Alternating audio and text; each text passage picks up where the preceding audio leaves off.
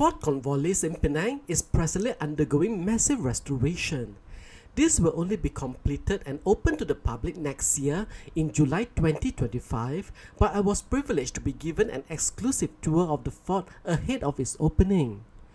To give you an in-depth glimpse into the restoration, I am doing this series of videos where we are taken around by the restoration experts from ThinkCity. And now, on to the video. Move it here. No. So these are all newly found. Yeah, Yes, these are all newly found. Newly found as during the work that we've done. Observation, I noticed that all this has been plastered over, is it? I mean, you all put new plaster over it. Yes. Then this one is the original. This is the original brick. There are some originals and there are some new ones. Yeah, I mean, like when I say new, it's not like new. But it was actually this is not original. Yeah. It's restored.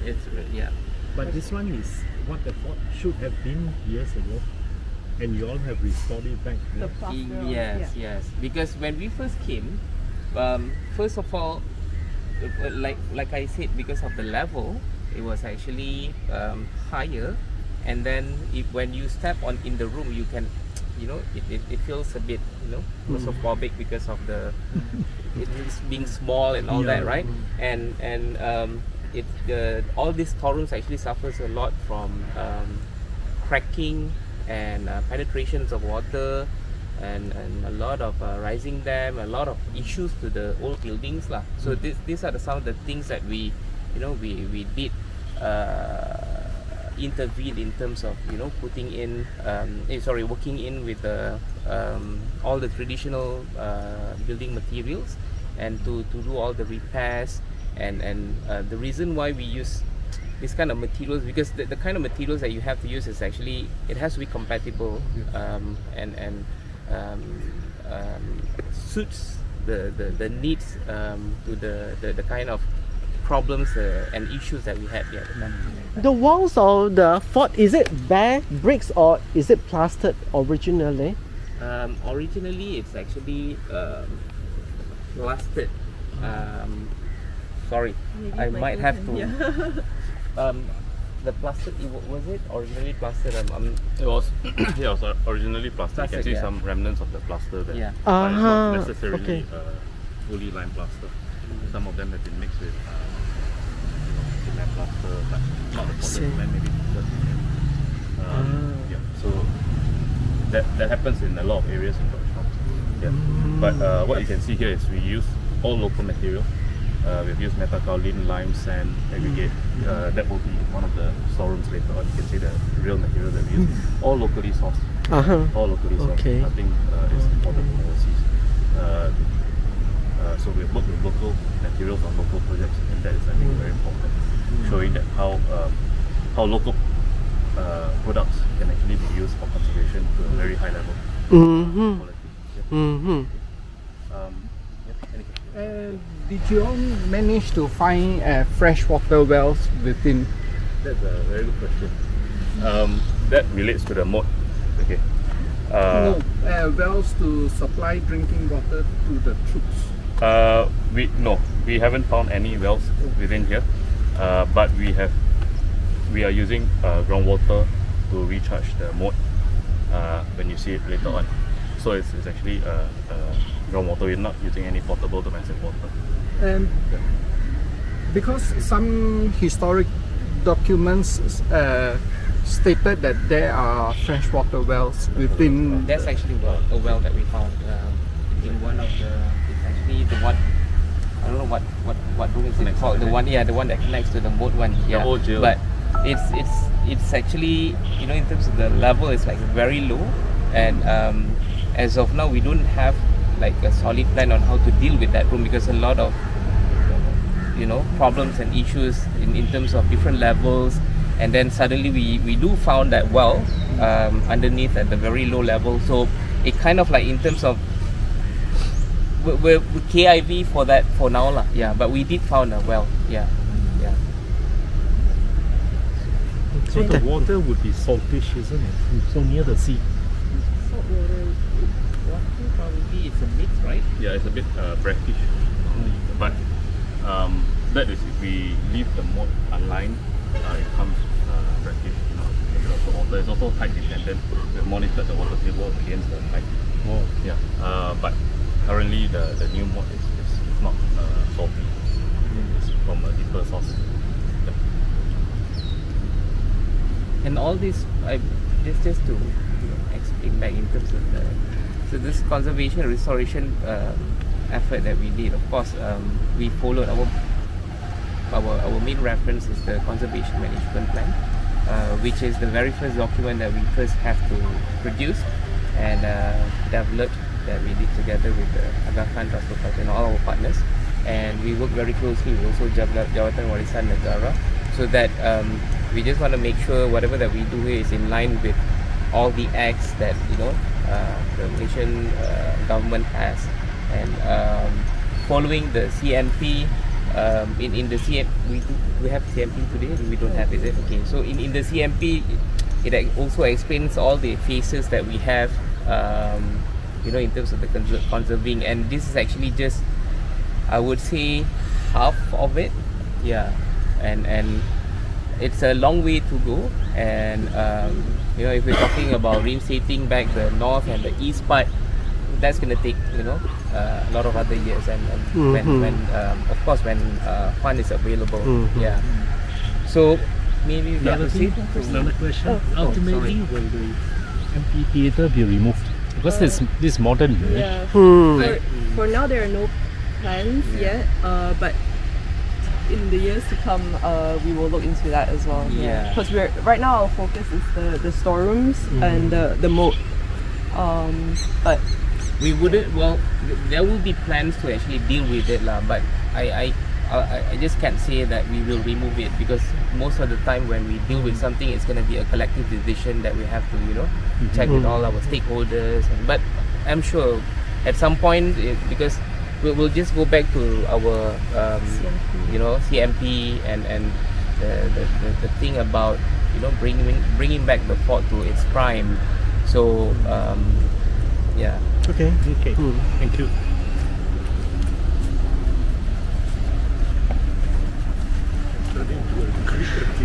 Was the fort originally white in color like this? Well, most of the civic buildings, this is something that we learned from the historian. Most of the civic buildings in Penang were said to be only whitewashed, right? But we did found, some different traces of different colors in terms of the lime wash. In terms of the paint that we found, we did found some blue colors and all that, and some of it, were. I think it was one of the original layers. So it's just really hard to say it is only white lah. It could be colors as well, which I will show to you later. Some of the layers that we still preserve and we didn't touch, and for people in public to see. Yeah. so, like I said, the rooms will be converted into a museum exhibition. So it's still in progress. Work in progress. Yeah, work in progress. But these are some of the each room you'll see a rendering that will sort of represent what's going to go in each room. So the first room will be from when the fort was first built to when the British East India Company was here. So like I said before, the rooms will chronologically tell the story of the fort as it evolved through the years, and all the significant events that have happened here, and also in Penang, like when the Japanese came. So this room will show the cannons that were found, 2 of them, and also models of the old fort, the fort that was built out of wood before it was brick. And then slowly tell the story of when Francis Light came and when the fort was built, why the fort was built, and also explain the history of why there were cannons. And there will also be cannonballs that were found during the excavation on display as well. So all the galleries will have artifacts that were all found on site. And actually there were about 30,000 artifacts that were found, but a lot of them were broken pieces of ceramic or glass or bottles.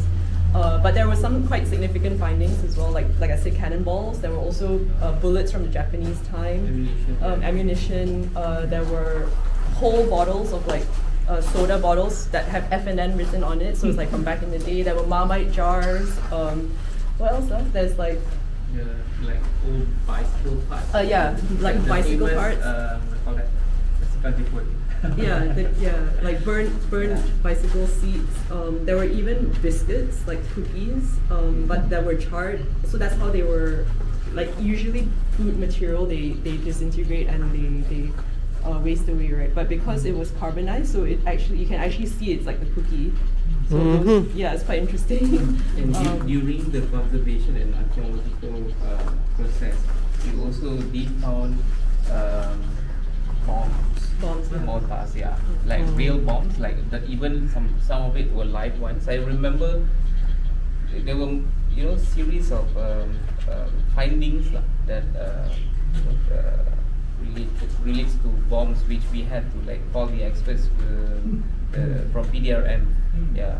So when we call them, it's all their job lah. And yes, one of the live ones which they had to like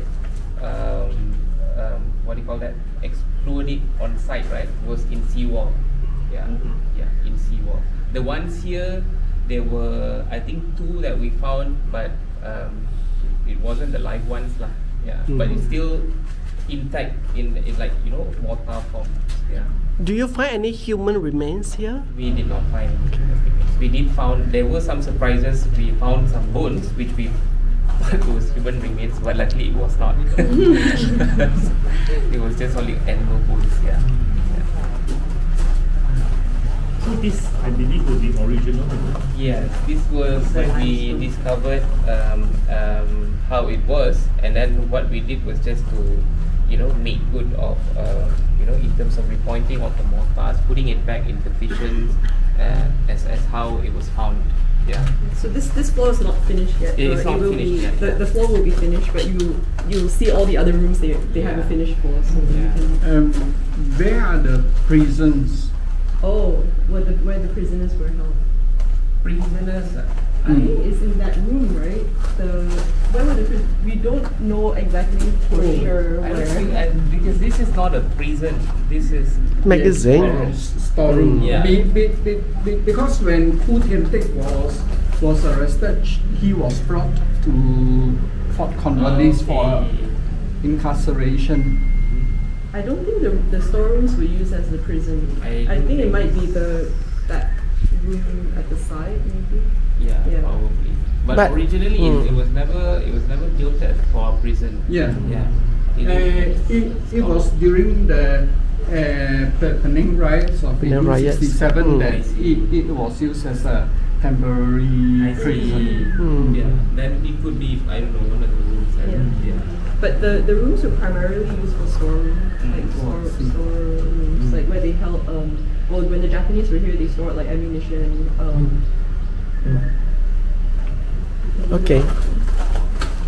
So basically storage, means no one will stay or whatever. No. Yeah. Never direct. Yeah. Not that we know of. Yeah, it was mostly used for storage. Yeah. Oh, so this will be good. Yeah. So each room, the Careful. floor finished. Yeah. So what's interesting about each room has quite unique characteristics. What's unique about this room is that this is the only room that has a drain that you can see. So based on that, that informs us that there was the presence of water in this room for some reason. So our historian and conservationists, it's not 100% confirmed, but they believe that this room was used for iron work because there is a drain, so there is water. So that's kind of so we've kept the drain as it is, but we've just finished the floor. And then the floor is the same thing when we found as it was. It was just we did some restatement and repointing to the mortars. But in terms of the positioning, this is how this is the original floor pattern. Yeah. Which actually, when I tried to Google the same pattern, I couldn't find the name of it, because you know you can actually find a lot of brick patterns for flooring. You've got the herringbone and everything, right? But this one, I tried finding, I cannot find. Yeah. This one is newly made. No, the hole. Are you talking about the hole? Yeah, no. So what again? Like I said, each room has unique characteristics, right? So for some reason, room 1 and room 2 both have this hole in the ceiling. All the other rooms don't have it. So that kind of helps inform us like what the rooms were used for, but we can't confirm it because we don't have the evidence. But these little details can give us a clue of like what happened in these rooms. These rooms dates from the early 19th century. Early 19th century. Early 19th century, yeah. Are there no records on the Fort Cornwallis, the building, what it was used for, what is being used? Records of like the map, and like we also have historical accounts of like what happened here, the people who were here, all of which will be told in the museum. But the specific usage of each room is still a bit vague. Yeah. Have you like visited like say Fort William in Calcutta? Because Penang is built a lot based on that, and we were reporting to Calcutta. So it could be, they may throw some light if they have similar rooms in their forts. Yeah, that would be wonderful. I think you should do that. So imagine those years they could even make the ceiling this way. This was so this is curved. It's wall what do you call it? Arch, where I think that the reason why they built the vault arch, because back then I think one of the reasons it was actually hard to actually procure a long span beam to build a structure, because when you build a structure with a box structure, you will need a long span beam, right? But it could be very expensive as well. Building this would solve that issue. Yes. So all the rooms are similar in size, 6.5 meters by 6.5 meters, give or take, but more or less all 10 rooms are around that size. They all have this arch ceiling, and the work that we've done in here is to conserve the walls. We consolidated the cracks and basically pointed the wall parts. As you see here, these are some of the cracks that has been consolidated. So when I say consolidation, what the principle here is we're trying to save as much as possible. Even the layers you see here, we did not remove. So this is some of the original clusters. So what we did was only line wash, and we consolidated the cracks, and then we pointing the mortars, and that's it. And in these rooms, in this room that has all these original features, this is how we treat it. But when it comes to some of the rooms that has been bombed and been built with cement, concrete, the treatment is going to be a little different. It's just that we differentiate. What's interesting is this is something that you guys might want to understand, so that you can tell stories to other people, because we when we did the work, we really differentiate between the two works, so that people can understand the story behind it. And also when we have all the interpretation panels as part of doing the physiology contents later, this is something that we want to try to tell stories to public, because we found a lot of different historical layers, and we did not end up restating only to one layer of historical period. No, we preserved also the ones outside. Is actually the story, Japanese story track, the Japanese, and then the one British. So different eras.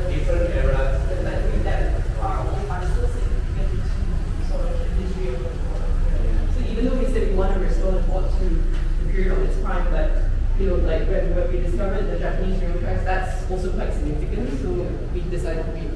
we preserve that as well.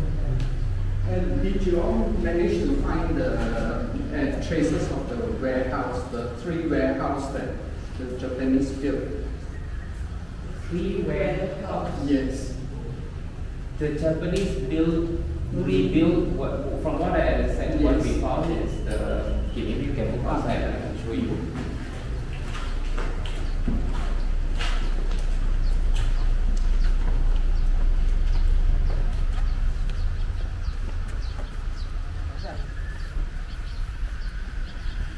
Okay, so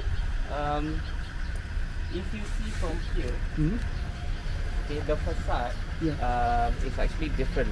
The ones in the middle are actually built by the cement concrete. It was rebuilt by the Japanese. Which one? The ones in the middle. Oh, the ones in the middle. Yeah. Because there was an Allied bombing by From the American, and the bomb actually fell right in the middle of room 5. Yeah. So when we move to room 4, you'll see that we've actually preserved the effects of the bombing, just to show how the bomb affected Fort Cornwallis. You'll see as we move on to the 4th room. So I would say these are the structures that the Japanese rebuilt. Rebuilt in the sense that they did not destroy everything, so they rebuilt from whatever remnants that they found, after the bombing. Yeah. This railway tracks, this from when? Japanese era. Okay. So the Japanese used the tracks to, as you can see, the tracks like turn into the rooms. Yeah. So they would bring stuff from the pier and bring it in here and bring it into the rooms through these tracks. Yeah. So this tracks was actually uncovered as we were doing the conservation work. Yeah, because as Hafiz mentioned just now, the floor level was there, right? But we lowered it back to its original. So this is like below that floor. So it was actually like filled over. Yeah, but we've exposed them and preserved the tracks. All these layers that you found, they find over there, those are some of the stump structures. We used to have structures here like different. From different eras. And I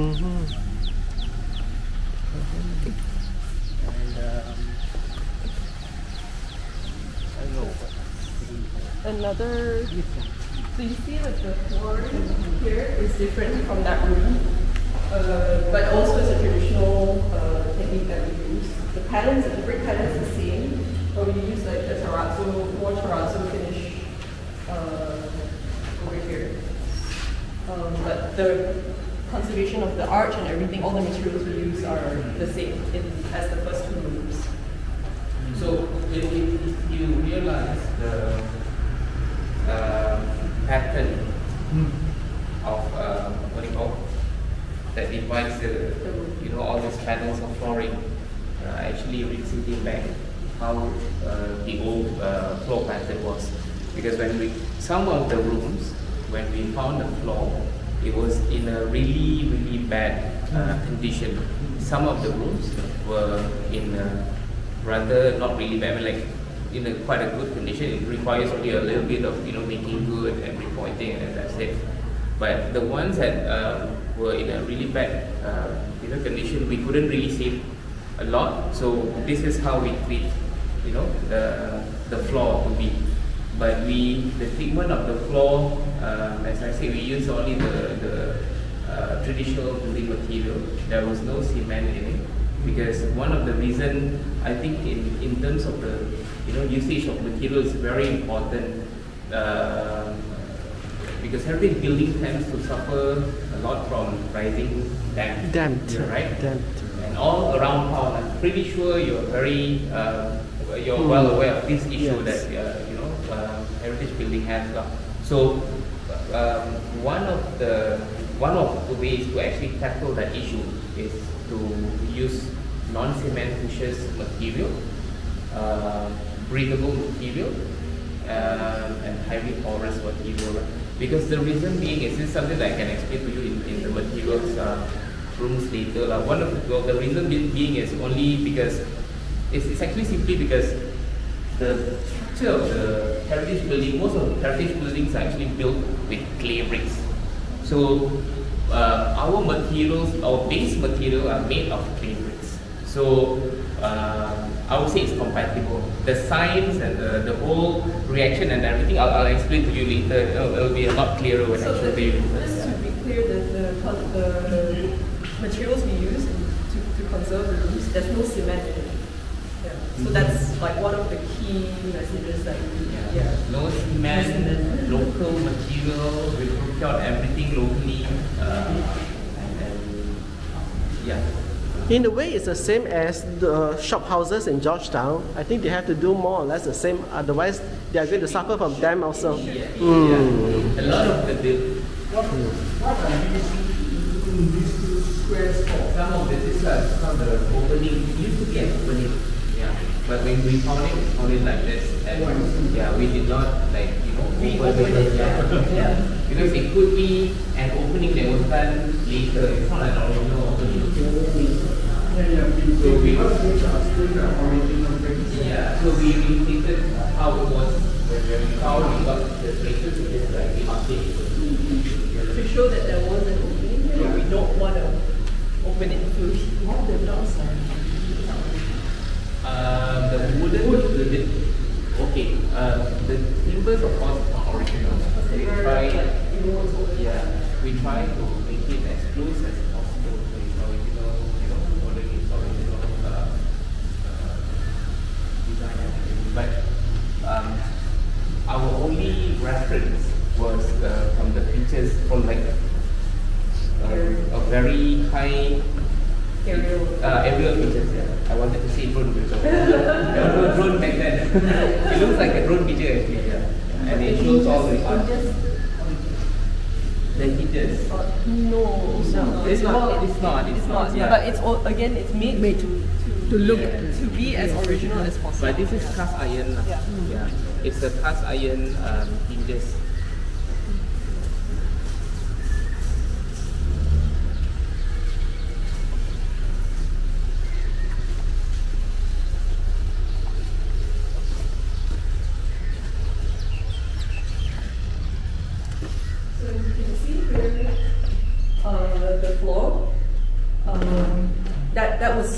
That is the room. What happened to the room when the room next door, room 5, was bombed? The bomb was actually from the Americans. So one bomb landed right in the middle of room 5. So it created waves, and this is the effect. So we wanted to leave that for people to see as well, so they're aware that this happened here. And you can see the effects of the bombing on the floor. Any idea what year was that? During World War II. Yeah, Second World War. Towards the end of the war, or no idea? 1946. 45. The Japanese Revolution.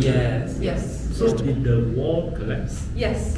So because the bomb landed right in the middle of the next room, so that's why there is cement here, because that was how the Japanese. So if you see, this is the difference. So this was actually rebuilt by the Japanese. You see, so these were original, but